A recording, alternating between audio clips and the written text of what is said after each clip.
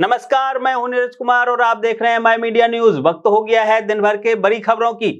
बांग्लादेश की पूर्व प्रधानमंत्री शेख हसीना के पिता शेख मुजीबुर रहमान के ऐतिहासिक आवास पर बुधवार रात आगजनी और तोड़फोड़ की गई। यह रैली इंटरनेट मीडिया पर बुलडोजर जुलूस के आह्वान के बाद की गई। हसीना के भारत से एक ऑनलाइन संबोधन के विरोध में यह कदम उठाया गया था। वहीं भारत ने इसका विरोध किया है और विदेश मंत्रालय के प्रवक्ता ने कहा कि जो लोग बांग्लादेश में आजादी की लड़ाई के मूल्यों को समझते हैं और बांग्लादेश के पहचान और गौरव को मानते हैं, वे बांग्लादेश की राष्ट्रीय चेतना को जागृति करने में शेख मुजीबुर रहमान के आवास के महत्व को भी समझते हैं। इस तरह के गुंडागर्दी वाली कार्रवाई की भारत कड़ी निंदा करता है। राम मंदिर की पहली ईंट रखने वाले कामेश्वर चौपाल का निधन हो गया, जहां पीएम नरेंद्र मोदी ने उनके निधन पर कहा कि आज मैंने एक राम भक्त को खो दिया है। सुप्रीम कोर्ट ने करगिल युद्ध से जुड़े एक मामले पर सुनवाई करने से इनकार कर दिया, जिसमें एक पूर्व सैन्य अधिकारी द्वारा सेना पर लापरवाही के आरोप लगाए गए थे। मुख्य न्यायाधीश संजीव खन्ना की पीठ ने कहा, कुछ चीजें ऐसी होती है जहां न्यायपालिका को प्रवेश नहीं करना चाहिए। इसके बाद पूर्व सैनिक अधिकारी ने याचिका वापस लेने की अनुमति मांग ली। मां गंगा, मां यमुना और अदृश्य मां सरस्वती के पवित्र संगम में श्रद्धा और आस्था से ओतप्रोत साधु संतों, श्रद्धालुओं, कल्पवासियों, स्नानार्थियों और गृहस्थियों का स्नान अब एक नए शिखर पर पहुंच गया है, जहां इस क्रम में शुक्रवार सुबह तक महाकुंभ में स्नान करने वालों की संख्या 40 करोड़ के आंकड़े को पार कर लिया। महाकुंभ में पहुंचे बिहार के राज्यपाल आरिफ मोहम्मद खान कहा, यहाँ दिख रही सनातन संस्कृति की एकता, मानव ही माधव का रूप। महाकुंभ में आकर यह स्पष्ट होता है कि भारत की संस्कृति और परंपरा मानवता को जोड़ने का कार्य करती है।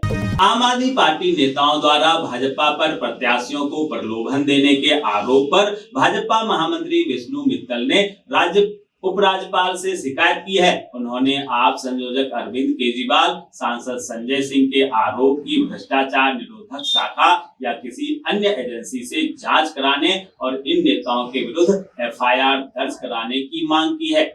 पंजाब सरकार ने 66 केवी बिजली आपूर्ति लाइन बिछाने के कारण प्रभावित होने वाले भूमि मालिकों के मुआवजे की दर में महत्वपूर्ण बढ़ोतरी की है। अब इन लोगों को जमीन की कीमत का 200% मुआवजा मिलेगा। बता दें कि पहले यह मुआवजा केवल टावर के 4 खंभों के घेरे क्षेत्र के 85% तक ही सीमित था।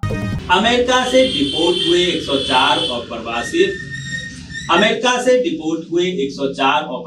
भारतीयों के मुद्दे पर देश में घमासान मचा हुआ है। इस पर हरियाणा के मंत्री अनिल विज ने कहा कि अमेरिका की तरह ही भारत को भी देश में लाखों और करोड़ों अवैध अप्रवासियों को निर्वासित करने के बारे में सोचना चाहिए। हर देश को अवैध अप्रवासियों को निर्वासित करने का अधिकार है।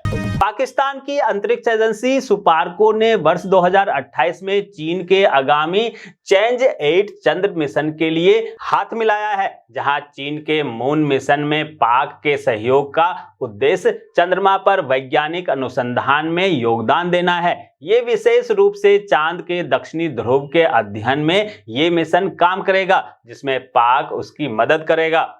सिएटल के एक कोर्ट ने राष्ट्रपति डोनाल्ड ट्रंप के उस आदेश पर अनिश्चित काल के लिए रोक लगा दी है, जिसमें जन्मजात नागरिकता को समाप्त करने का आदेश जारी किया गया था। जज ने कहा है कि यदि सरकार जन्मजात नागरिकता के कानून को बदलना चाहती है तो उसे संविधान में ही संशोधन करने की आवश्यकता है। भारतीय रिजर्व बैंक ने अपनी द्विमासिक मौद्रिक नीति समीक्षा के तीसरे दिन शुक्रवार को नीतिगत दर में 25 आधार अंकों की कमी करने का ऐलान किया है। रिजर्व बैंक ने 5 साल बाद रेपो रेट में कमी की है, जबकि 2 साल बाद इसमें बदलाव किया है। रेपो रेट 6.50% से घटाकर 6.25% कर दी गई है। यह रेपो रेट वह होती है जिस पर रिजर्व बैंक बैंकों को अल्पावधि के कर्ज देता है। इससे बैंक की होम लोन की दर घटेगी। सुप्रीम कोर्ट ने शुक्रवार को उस याचिका पर सुनवाई करने से इनकार कर दिया जिसमें संभल के अधिकारियों के खिलाफ अवमानना कार्रवाई करने की मांग की गई थी। देश की शीर्ष न्यायालय ने कहा कि याचिकाकर्ता को संबंधित मामले में इलाहाबाद हाईकोर्ट जाना चाहिए। रतन टाटा ने अपनी वसीयत में एक मिस्ट्री मैन का जिक्र किया है जिन्हें करीब 500 करोड़ रुपए की संपत्ति दी गई है। उनका नाम मोहिनी मोहन दत्ता बताया गया है। दत्ता ने खुलासा किया था कि वो और रतन टाटा सालों से एक दूसरे को जानते हैं और उन दोनों की पहली मुलाकात जमशेदपुर में डीलर्स हॉस्टल में हुई थी। दत्ता को रतन टाटा ने 500 करोड़ रुपए की संपत्ति अपने वसीयत के जरिए दी है। महाराष्ट्र में एक बार फिर से बड़ा सियासी खेल हो सकता है। अटकलें लगाई जा रही है कि उद्धव गुट के 6 सांसद शिंदे गुट में शामिल हो सकते हैं। इस मामले पर शिवसेना सांसद नरेश ने प्रतिक्रिया दी है, जहां मास्के ने कहा है कि शिवसेना यूबीटी खत्म होने वाला है। गुजरात के बीजेपी विधायक हार्दिक पटेल, दिनेश बामनिया और अल्पेश कथीरिया ने दावा किया है कि गुजरात सरकार ने उनके खिलाफ राजद्रोह का मामला वापस ले लिया है। हालांकि राज्य सरकार ने इस मामले में अब तक कोई जानकारी नहीं दी है। बता दें कि साल 2015 में पाटीदार अनामत आंदोलन के दौरान हार्दिक पटेल और उनके साथियों के खिलाफ राजद्रोह का केस दर्ज किया गया था। राजस्थान में भारतीय जनता पार्टी की सरकार में कैबिनेट मंत्री डॉक्टर किरोड़ी लाल मीणा ने अपनी ही सरकार पर फोन टैपिंग और जासूसी करवाने के आरोप लगाकर नया विवाद खड़ा कर दिया है। मालूम हो कि जयपुर के एक कार्यक्रम में बोलते हुए किरोड़ी लाल मीणा ने कहा था, मैंने जब कहा कि सब इंस्पेक्टर भर्ती परीक्षा रद्द करो तो सरकार ने मेरी बात को नजरअंदाज कर दिया। सरकार चप्पे चप्पे पर सीआईडी से मेरी जासूसी करवा रही है और मेरा टेलीफोन भी रिकॉर्ड किया जाता है।